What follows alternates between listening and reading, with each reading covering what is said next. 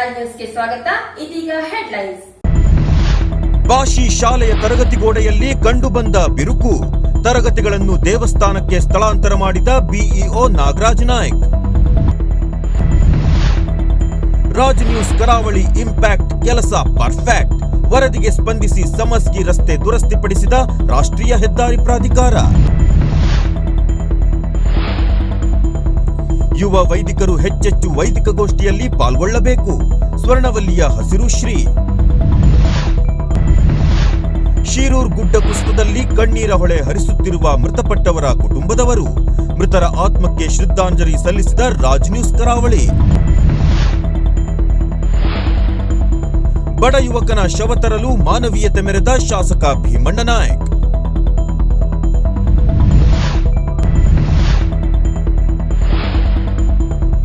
ವಿದ್ಯುತ್ ಕಂಬದ ಮೇಲಿಂದ ಬಿದ್ದು ಗಾಯಗೊಂಡ ಲೈನ್ ಮ್ಯಾನ್ ವಿನಾಯಕ್ ಮಡಿವಾಳ್.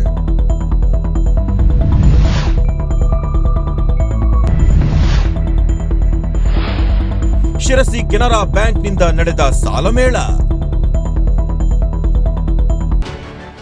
ಶಿರಸಿ ತಾಲೂಕಿನ ಭಾಷಿ ಸರ್ಕಾರಿ ಹಿರಿಯ ಪ್ರಾಥಮಿಕ ಶಾಲೆಯ ಮಣ್ಣಿನ ಗೋಡೆ ಕುಸಿಯುವ ಹಂತಕ್ಕೆ ಬಂದಿರುವುದರಿಂದ ಮುಂಜಾಗ್ರತಾ ಕ್ರಮವಾಗಿ ದಿಢೀರ್ ಭೇಟಿ ನೀಡಿದ್ದ ಬಿಇಒ ನಾಗರಾಜ್ ನಾಯ್ಕ್ ಶಾಲೆಯ 2 ತರಗತಿಗಳನ್ನು ಪಕ್ಕದ ದೇವಸ್ಥಾನಕ್ಕೆ ಸ್ಥಳಾಂತರಿಸಿದರಲ್ಲದೆ ಹೊಸ 4 ಕಟ್ಟಡಕ್ಕೆ ಶಾಸಕ ಭೀಮಣ್ಣ ನಾಯ್ಕರಿಗೆ ಗಮನಕ್ಕೆ ತಂದಿದ್ದಾರೆ. ಶಿರಸಿ ತಾಲೂಕಿನಲ್ಲಿ ಕಳೆದ 8-10 ದಿನಗಳಿಂದ ಭಾರೀ ಮಳೆ ಬೀಳುತ್ತಾ ಇರುವುದರಿಂದ ಈ ಭಾಷಿ ಭಾಗಕ್ಕೆ ನಾನು ಇವತ್ತು ಭೇಟಿ ನೀಡಿದಾಗ ಭಾಷಿ ಹಿರಿಯ ಪ್ರಾಥಮಿಕ ಶಾಲೆಯಲ್ಲಿ 3 ಮಣ್ಣಿನ ಕೊಠಡಿಗಳು ಮತ್ತು 2 RCC ಕಟ್ಟಡಗಳು ಇರ್ತವೆ. ಇಲ್ಲಿ ಮಕ್ಕಳು ಇವತ್ತು ಪರಿಶೀಲಿಸಿದಾಗ ಮಳೆ ಗಾಳಿಯಿಂದ ಮಣ್ಣಿನ ಗೋಡೆ ಒದ್ದೆಯಾಗಿದ್ದು ಹಂಚು ಮತ್ತು ಪಕಾಶಿ ಬೀಳುವಂಥ ಸ್ಥಿತಿಯಲ್ಲಿ ಕಂಡುಬಂದಿರೋದ್ರಿಂದ 2 ತರಗತಿಗಳನ್ನು ಮಾತ್ರ RCC ಕೊಠಡಿಯಲ್ಲಿ ನಡೆಸಲಿಕ್ಕೆ ಯೋಗ್ಯವಾಗಿದೆ. ಜೊತೆಗೆ ಮಣ್ಣಿನ ಗೋಡೆಯಲ್ಲಿ ಪರ್ಯಾಯ ವ್ಯವಸ್ಥೆಯನ್ನು ಮಾಡೋದಕ್ಕಾಗಿ ಪಕ್ಕದ ದೇವಸ್ಥಾನದಲ್ಲಿ ಕೆಲವು ದಿನಗಳ ಕಾಲ ನಾವು ತರಗತಿಗಳನ್ನು ನಡೆಸ್ಬೋದು ಅನ್ನುವ ಒಂದು ತೀರ್ಮಾನವನ್ನು ಇವತ್ತು ತೆಗೆದುಕೊಳ್ಳಲಾಗಿತ್ತು. ಈ ಒಂದು ಕಟ್ಟಡ ಏನಿದೆ ಇದನ್ನು ಪರಿಶೀಲನೆ ಮಾಡಿ ಇದಕ್ಕೆ ಹೊಸದಾಗಿ 4 ಕೊಠಡಿಗಳ ಅವಶ್ಯಕತೆಗಳು ಕಂಡು ಬರ್ತಾ ಇದೆ. ಇದನ್ನು ನಾನು ಇವತ್ತು ತಹಸೀಲ್ದಾರ್ ಮತ್ತು ಮೇಲಧಿಕಾರಿಗಳ ಗಮನಕ್ಕೆ ತರುವಂತಹ ಪ್ರಯತ್ನವನ್ನು ಇವತ್ತು ನಾನು ಮಾಡ್ತೀನಿ. ಈಗಾಗಲೇ ಶಾಸಕರ ಗಮನಕ್ಕೂ ಕೂಡ ಅದನ್ನು ನಾನು ತಂದಿರ್ತೇನೆ. ಇಲ್ಲಿ ಬಂದು ನಮ್ಮ ಜೊತೆಗೆ ಶಾಲೆಯ ಮುಖ್ಯೋಪಾಧ್ಯಾಯರು, SDMC ಅಧ್ಯಕ್ಷರು, ಊರ ಹಿರಿಯರು ಎಲ್ಲರೂ ಕೂಡ ಜೊತೆಗೆ ಚರ್ಚೆ ಮಾಡಿ ಮುಂದೆ ಏನು ಮಾಡಬೇಕು ಅನ್ನುವ ಒಂದು ತೀರ್ಮಾನವನ್ನು ಕೂಡ ತೆಗೆದುಕೊಳ್ಳುವಂಥ ಪ್ರಯತ್ನವನ್ನು ನಾವು ಮಾಡ್ತೀವಿ. ರಾಜ್ ಬಿಗ್ ಬ್ರೇಕಿಂಗ್ ವರದಿಗೆ ಸ್ಪಂದಿಸಿರುವ ರಾಷ್ಟ್ರೀಯ ಹೆದ್ದಾರಿ ಪ್ರಾಧಿಕಾರದವರು ಹೊಂಡ ಗುಂಡಿಗಳಿಂದ ತುಂಬಿ ಕೆಸರುಮಯವಾಗಿದ್ದ ಸಮಸ್ಗಿ ಹಾವೇರಿ ರಾಷ್ಟ್ರೀಯ ಹೆದ್ದಾರಿಯನ್ನು ದುರಸ್ತಿಗೊಳಿಸಿ ವಾಹನದಾರರಿಗೆ ಅನುಕೂಲ ಮಾಡಿಕೊಟ್ಟಿದ್ದಾರೆ. ಈ ರಸ್ತೆ ಹಾಳಾಗಿ ವಾಹನ ಸಂಚಾರಕ್ಕೆ ಸಂಚಕಾರ ತಂದೊಡ್ಡುತ್ತಿರುವ ಬಗ್ಗೆ ರಾಜ್ ನ್ಯೂಸ್ ಕರಾವಳಿ ಬ್ರೇಕಿಂಗ್ ವರದಿ ಮಾಡಿತ್ತು. ವರದಿಗೆ ಸ್ಪಂದಿಸಿ ರಾಷ್ಟ್ರೀಯ ಹೆದ್ದಾರಿ ಪ್ರಾಧಿಕಾರದವರು ಜಲ್ಲಿಕಲ್ಲು ಹಾಕಿ ತಾತ್ಕಾಲಿಕವಾಗಿ ರಸ್ತೆ ದುರಸ್ತಿಗೊಳಿಸಿ ವಾಹನದಾರರಿಗೆ ಅನುಕೂಲ ಮಾಡಿಕೊಟ್ಟಿದ್ದಾರೆ.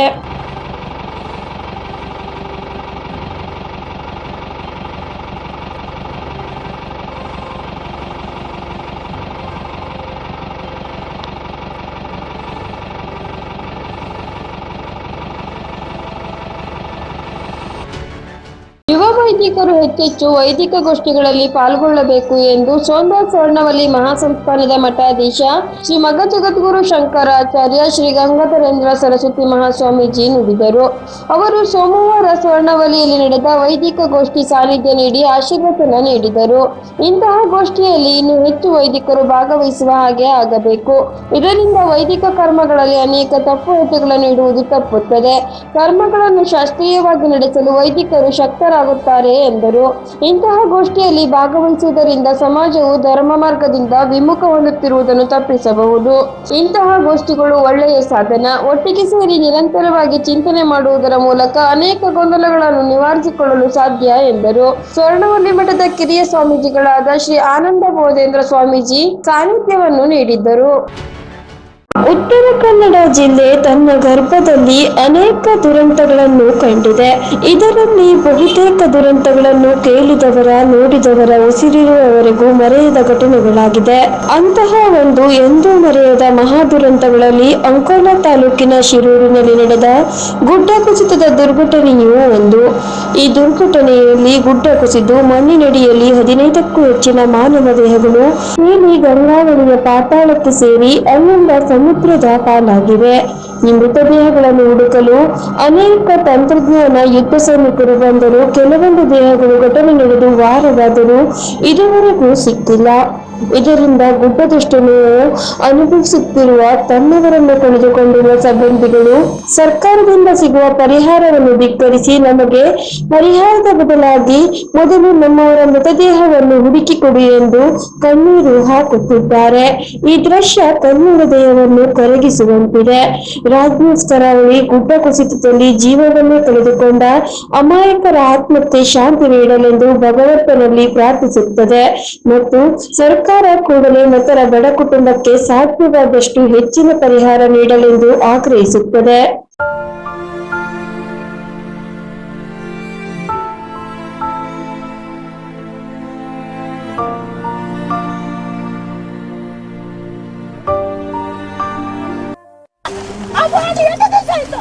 ನಮಗಿನ್ನು ಬಾಡಿ ಸಿಕ್ಕಲಿಲ್ಲ. ಅದೇ ಒಂದಿದ್ದು ನಮ್ಗೆ ಪರಿಹಾರ ಏನು ಬೇಡ, ಆ ಬಾಡಿ ಸಿಕ್ಕಲಿ ಮೊದಲೇ.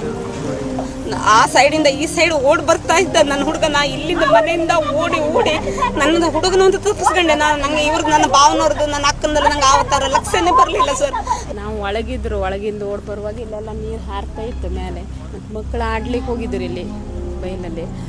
ಮಕ್ಕಳೆಲ್ಲ ಓಡ್ತಾ ಇರುವಾಗೆ ನೀರು ಬಂದು ಬಿದ್ದು ಮಕ್ಕಳೆಲ್ಲ ಕೊಚ್ಚಿಕೊಂಡು ಹೋಯ್ತು. ಆವಾಗ ಅವರಿಗೆ ಇದೆಲ್ಲ ಹಿಡ್ಕೊಂಡ್ರು, ಹಿಂಡು, ಹೌದು, ಕಲ್ಲು ಎಲ್ಲ ಹಿಡ್ಕೊಂಡ್ರು.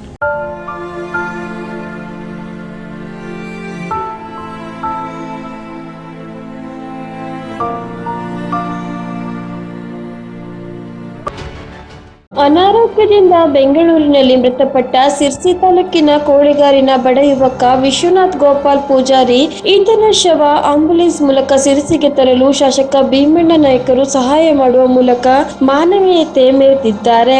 ಜ್ವರದಿಂದ ಮೃತಪಟ್ಟ ಯುವಕನ ಶವ ತರಲು ಮೃತನ ಕುಟುಂಬದವರಿಗೆ ಹಣವಿಲ್ಲದೆ ಪರದಾಡುತ್ತಿದ್ದರು. ಇದನ್ನು ತಿಳಿದ ಶಾಸಕರು ಶವ ಕೋಳಿಗಾರಿಗೆ ತರಲು ಆಂಬ್ಯುಲೆನ್ಸ್ ವ್ಯವಸ್ಥೆ ಮಾಡಿಕೊಡುವ ಮೂಲಕ ಮಾನವೀಯತೆ ಮೆರೆದಿದ್ದಾರೆ. ಲೈನ್ಮನ್ ಓರ್ವ ವಿದ್ಯುತ್ ಕಂಬ ಹತ್ತಿ ಲೈನ್ ರಿಪೇರಿ ಮಾಡುತ್ತಿದ್ದ ಸಂದರ್ಭದಲ್ಲಿ ಆಕಸ್ಮಿಕವಾಗಿ ವಿದ್ಯುತ್ ಸ್ಪರ್ಶಕ್ಕೊಳಗಾಗಿ ಕೆಳಗೆ ಬಿದ್ದು ಗಾಯಗೊಂಡ ಘಟನೆ ಸಿರ್ಸಿ ತಾಲೂಕಿನ ಬಚ್ಗಾಂವ್ನಲ್ಲಿ ನಡೆದಿದೆ. ವಿನಾಯಕ್ ಮಡಿವಾಳ್ ಗಾಯಗೊಂಡ ಲೈನ್ಮನ್ ಆಗಿದ್ದು, ಇವರು ಅದೃಷ್ಟವಶಾತ್ ಜೀವಾಪಾಯದಿಂದ ಪಾರಾಗಿದ್ದಾರೆಂದು ತಿಳಿದು ಬಂದಿದೆ. ವಿದ್ಯುತ್ ಸ್ಪರ್ಶಕ್ಕೊಳಗಾಗಿ ಗಾಯಗೊಂಡಿದ್ದ ಇವರನ್ನು ಟಿಎಸ್ಎಸ್ ಆಸ್ಪತ್ರೆಗೆ ಚಿಕಿತ್ಸೆಗೆ ಒಳಪಡಿಸಿದ ಬಳಿಕ ಹೆಚ್ಚಿನ ಚಿಕಿತ್ಸೆಗಾಗಿ ಮಣಿಪಾಲ್ ಆಸ್ಪತ್ರೆಗೆ ಸಾಗಿಸಲಾಗಿದೆ. ಬೆಸ್ಕಾಂನಲ್ಲಿ ಸಿಬ್ಬಂದಿಗಳ ಕೊರತೆ ಭಾರಿ ಪ್ರಮಾಣದಲ್ಲಿ ಕಾಡುತ್ತಿದ್ದು, ಇದರಿಂದ ಇರುವ ಸಿಬ್ಬಂದಿಗಳ ಮೇಲೆ ಕೆಲಸದ ಒತ್ತಡ ಹೆಚ್ಚಾಗಿ ಇಂತಹ ಪ್ರಕರಣಗಳು ನಡೆಯುತ್ತಿದೆ ಎನ್ನುವ ಮಾತುಗಳು ಕೆಲ ಸಿಬ್ಬಂದಿಗಳಿಂದ ಕೇಳಿ ಬಂದಿದ್ದು, ಸರ್ಕಾರ ಈ ಬಗ್ಗೆ ಕೂಡಲೇ ಕ್ರಮ ವಹಿಸಬೇಕಿದೆ. ಕೆನರಾ ಬ್ಯಾಂಕಿನ ಸಿರ್ಸಿ ಸಿಪಿ ಬಜಾರ್ ಶಾಖೆಯಲ್ಲಿ ಕಳೆದ ಜುಲೈ 20ರಂದು ಎಂಎಸ್ಎಂಇ ಮತ್ತು ಎಚ್ಎಸ್ಜಿ ಕೃಷಿ ಮತ್ತು ಸೋಲಾರ್ ಲೋನ್ಗೆ ಸಂಬಂಧಿಸಿದ ಸಾಲ ಮೇಳವನ್ನು ಏರ್ಪಡಿಸಲಾಗಿತ್ತು. ಕಾರ್ಯಕ್ರಮದ ಅಧ್ಯಕ್ಷತೆಯನ್ನು ಜಿಲ್ಲಾ ಕೈಗಾರಿಕಾ ಸಂಘದ ಅಧ್ಯಕ್ಷರಾದ ಎಕೆ ನಾಯ್ಕ್ ವಹಿಸಿದ್ದರು. ಸಾಲ ಮೇಳದ ಅಧ್ಯಕ್ಷರಾದ ಎಕೆ ನಾಯ್ಕ್ ಮಾತನಾಡಿ, ಸಾಲ ಪಡೆದ ಜನರು ಸಾಲದ ಪ್ರಯೋಜನವನ್ನು ಪಡೆದುಕೊಂಡು ಪುನಃ ಅದನ್ನು ಸಂಸ್ಥೆಗೆ ಮರಳಿಸಬೇಕು ಎಂದರು. ಮುಖ್ಯ ಅತಿಥಿಗಳಾಗಿದ್ದ ರಾಘವೇಂದ್ರ ಶೆಟ್ಟಿ ಅವರು ಸೋಲಾರ್ಗೆ ಸಂಬಂಧಿಸಿದ ಸಾಲ ಸೌಲಭ್ಯಗಳ ಮಾಹಿತಿ ನೀಡಿದರು. ಸಿರ್ಸಿಯ ಕ್ಷತ್ರಿಯ ಕಚೇರಿಯ ಡಿವಿಷನ್ ವ್ಯವಸ್ಥಾಪಕರಾದ ಶ್ರೀಮತಿ ಭಾರತಿಯವರು ಬ್ಯಾಂಕಿನಿಂದ ದೊರೆಯುವ ವಿವಿಧ ಸಾಲ ಸೌಲಭ್ಯಗಳ ಬಗ್ಗೆ ಮಾಹಿತಿ ನೀಡಿದರು. ಈ ಸಂದರ್ಭದಲ್ಲಿ ಸಿರ್ಸಿ ಪಟ್ಟಣದ 5 ಶಾಖೆಗಳ ಶಾಖಾ ಪ್ರಬಂಧಕರು ಭಾಗವಹಿಸಿ ವಿವಿಧ ರೀತಿಯ ಸಾಲ ಪಡೆದ ಸಾಲಗಾರರಿಗೆ ಸಾಲ ಮಂಜೂರಾತಿ ಪತ್ರ ನೀಡಿದರು. ಎಲ್ಲ ಮಹಿಳೆಯರು 18 ವರ್ಷ ತುಂಬಿರುವಂತರು 70 ವರ್ಷದ ಒಳಗಡೆ ಇರುವಂತರು ಎಲ್ಲರಿಗೂ ಏಂಜಲ್ ಅಕೌಂಟ್ಗೆ ಎಲಿಜಿಬಲ್ ಇರ್ತಾರೆ. ಪ್ರತಿಯೊಬ್ಬರು ಇದರ ಪ್ರಯೋಜನವನ್ನು ತಗೋಬೇಕು. ಏನಂತಂದ್ರೆ ಇದರಲ್ಲಿ ಇನ್ಶೂರೆನ್ಸ್ ಮುಖ್ಯವಾಗಿ ಏನಂತಂದ್ರೆ ಪ್ರತಿಯೊಬ್ಬರು ಇನ್ಶೂರೆನ್ಸ್ಗೆ ಯಾವುದೇ ಒಂದು ಅನಾಹುತ ಆಗುತ್ತೆ ಈಗಿನ ಕಾಲದಲ್ಲಿ ಆಕ್ಸಿಡೆಂಟ್ ಆಗುತ್ತೆ, ಆ ತರ ಸಂದರ್ಭದಲ್ಲಿ ಇನ್ಶೂರೆನ್ಸ್ ನಮ್ಮ ಹತ್ರ ಇರಲ್ಲ.